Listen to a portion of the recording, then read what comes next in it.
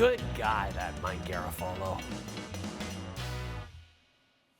Mike Garafolo is still in his New Jersey mansion awaiting a flight to the Super Bowl in New Orleans on Wednesday, and he decided to join us for just a couple of minutes before he heads to Betty by time because he's got to get that rest before he hops on that plane. Mike, it's funny because we haven't even played the game on Sunday, and already I want to ask you about the offseason for these two participating Super Bowl teams, the Eagles and the Chiefs. Specifically, are either of these teams in danger of losing key pieces to, say, free agency or even maybe retirement? Well, free agency is definitely going to be something that affects both teams. That's just how it goes in the NFL, Jay.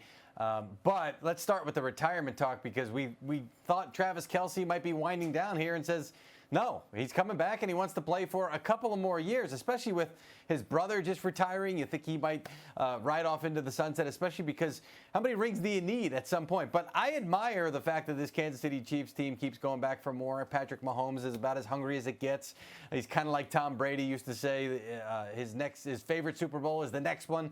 Patrick Mahomes seems to have that mentality. Travis Kelce has that mentality. Andy Reid as well. Shut down all the retirement talk. In fact, you go back a couple of years ago when before the Super Bowl, it was actually the last Fox Super Bowl 2 years ago, Jay Glazer from Fox had an interview with Reid where he kind of alluded to the fact that he's got a tough decision to make after the game. And Reid sort of indicated that, no, he just misspoke because he had been asked that question so much. And now making it clear that he wants to return as well. So it's kind of scary to think the Chiefs are approaching a three-peat, could be a four-peat potentially for them. Now, they got a couple of key guys. Nick Bolton, who had that huge play against the Eagles a couple of years ago, the linebacker, he'll be a free agent. Trey Smith, the guard, will be a free agent as well. So some of these guys could leave, especially because they've got those championship rings, so maybe go secure the bag in free agency. So that's something we're going to watch on the Chiefs end. On the Eagles end, they've got key free agents as well. Brandon Graham, the defensive end, who had indicated this would be his final season, suffered that that triceps injury, Now, looks like he's going to be able to come back for this game. So that might be giving him one last chance. I thought when he got injured, I thought, well, maybe he'll come back and say, that's not the way I wanted to go out. But could go out with a Super Bowl win. So maybe that will be the bow on his career. Hasn't really indicated his final decision in that regard. They do have, the Eagles, some key free agents who signed one-year deals with the team and have played so well. They're playing themselves into huge bags of money. Zach Bond, the all-pro linebacker, I expect him to get big money on the free agent market. And the Eagles don't usually spend at that position, so it could be one and done for Bond with the Eagles. And then there's Mekhi Becton, who had unbelievable talent, and it was never realized with the Jets, comes to the Eagles, moves to guard, signed a one-year deal for $2.75 million, and then some incentives on top of that. He is going to get paid big time in free agency. And the Eagles have allocated so much money across their team and their offense. I don't know that they're going to be able to pay that money. So perhaps, again, Mekhi Becton could be one and done. Or maybe Becton realizes this was great for my career to be with the Eagles. I'm going to stay here. I will say this. Howie Roseman indicated that with this Super Bowl and the run here, he didn't want to start with the negotiating with the pending free agents because then, and I've heard him tell me this before, I'll have a line down the hallway. Hey, what about me? What about me? What about me? So he's losing money because these guys are playing so well along the way, but he wanted to keep that hunger going, and he certainly has been able to do that with this team entering the Super Bowl. He'll deal with his business after that. Howie. What a guy. Let's talk about probably the biggest off-the-field news of the week. Yeah. Reigning NFL Defensive Player of the Year, Myles Garrett, requesting a trade out of Cleveland. Mike, what are the chances that the Browns grant Garrett's wish and trade him away to another team? Look, if you ask the Browns, and I have, immediately after the statement was released, their answer is 0% chance. Now, we've had teams say we're not going to trade players before. Pete Carroll, I remember him at the Combine saying we're not going to trade Russell Wilson. Then the following week, they wind up trading him. We've seen others do that as well. The Giants and Odell Beckham comes to mind as well. So I'm going to go with the Browns saying no chance right now. We're not going to have any conversations, while realizing that we've seen this before and they could bend. We've also seen players say that I want to be traded. The 49ers have had a couple, in Deebo Samuel and Brandon Ayuk in the recent years. And then both of those guys wind up signing long-term deals. This is just not a money thing, though, when it comes to Garrett. His goal is to play in the Super Bowl, to win a Super Bowl, and feels like now with the Browns, whether it's going to be a young quarterback or whether it's going to be Deshaun Watson coming back, obviously feels like they're not in a position right now to win a Super Bowl. So that's what it's about for him. The Browns are willing to do a new deal, but it's about more than that, certainly, for Myles Garrett. So this is going to be a standoff, Jay. I think for a while. It could last most of the offseason, if not all of the offseason, potentially through the draft. We'll see how hard both sides want to stand in right now. I will say this, though. The Browns gave up a lot of draft picks and a lot of money for Deshaun Watson. An easy way to get all that back is to trade Myles Garrett away. Now, the problem is you've got a head coach and a general manager who we told you this past season were not on the hot seat. But if you have another year like they had this past year, we're going to be having a different conversation. So they want to win now. You make a move, you trade away Myles Garrett. That's for down the line. You do that, and it might be somebody else who's reaping the benefits of all those picks and that money that you're getting back, even if you are able to draft Abdul Carter up top in this draft, an edge rusher that many believe could be the kind of guy that Myles Garrett has been for the Browns.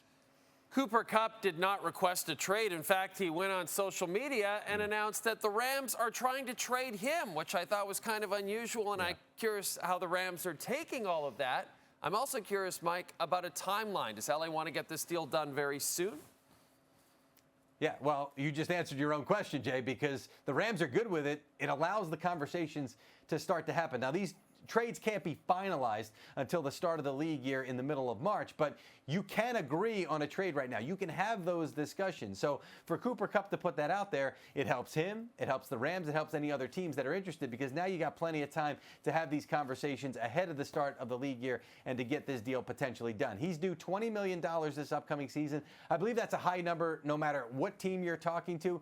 But if the Rams pick up the roster bonus, which is due in March, and then the next team doesn't have to pay anything other than the base salary, which starts to pay in September, that comes down to $12.5 million. So that makes it more palatable, I'd say, from a financial standpoint for a team that would allow the Rams to get more money back. So you're basically paying money to get a higher draft pick. We've certainly seen teams do that in the recent past. Just talked about the Cleveland Browns. They did it with Amari Cooper by giving him a ton of money in the spring and then got a good return on him at the trade deadline. I speak of the trade deadline, by the way, because last year, and we talked about it, I believe, you and I, Cooper Kupp was potentially going to be on the market if the Rams had lost those last couple of games before the trade deadline.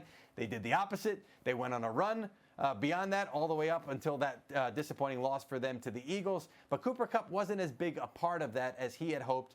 The Rams have to spend money elsewhere. They're going to have to eventually pay Puka Nacua at the same position. So this is a good spot for them to trade Cooper Kupp if they can get the reasonable return for him. I think they will. Maybe it'll be up to the start of that league year in March and not quite as early as right now. But the signal, the flare being sent up, certainly allows those conversations to begin. Mike, pick one. A Super Bowl pick, or what color Gatorade will be poured on the winning head coach? Listen, I know nothing about the ins and outs of this, but somebody told me that there's a hot tip for purple Gatorade. I have no idea why. Purple, have we seen purple? Neither team is purple. I don't know why, but somebody was telling me they got a hot tip on purple. I have no idea. I'm going to go for that. Let's go with the Barney the dinosaur flavored or colored Gatorade. Listen, the Vikings, like, we haven't seen them in the Super Bowl, so at least purple Gatorade. Well, apparently, according to our stats guy, Hound Dog Harrison, Mike, the last 2 years it's been purple. Maybe people are just going on consistency. Maybe they're just, maybe that's all they're being given. Maybe Gatorade is just holding back on all the other colors. So that's got to be it, right? The Chiefs have won the last two. Purple's their lucky color. They assume they're going to three-peat. I don't know. I think the Eagles might take this one. So you know what? I'll give you the pick for the game. I'll pick the Eagles, and I guess whatever color Gatorade is not purple, because the Eagles want to go in a different direction. They want to zag when everybody else is zigging. And what about, before I let you go very quickly, for you personally, this is our question we're asking everybody that we're talking to this week who's heading to the Super Bowl. Mike Garafolo, over under 8 beignets. 8 beignets, Mike. Over under.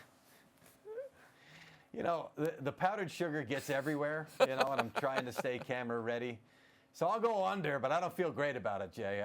I love the coffee. The coffee is, you know, the beignet is there, but the coffee is the underrated part. So I'm going to go over 8 coffees per day and just under 8 beignets total. How about that? Great to talk to you, buddy, and safe travels down to New Orleans, okay? Don't have too much fun down there. Yeah, I'll try not to. Thanks, Jay. Don't forget, we have the game on the network this Sunday. That's right, TSN is the home of Super Bowl licks. And FanDuel has the Chiefs as a 1.5-point favorite to beat the Eagles. KC, of course, looking to become the first three-peat Super Bowl champion of all time. After the Super Bowl is over, I will be joined by approximately 27 analysts. I'll be asking them if they went over 8 beignets. Luke Wilson, Davis Sanchez, and my best friend in the history of TSN, James Duffy.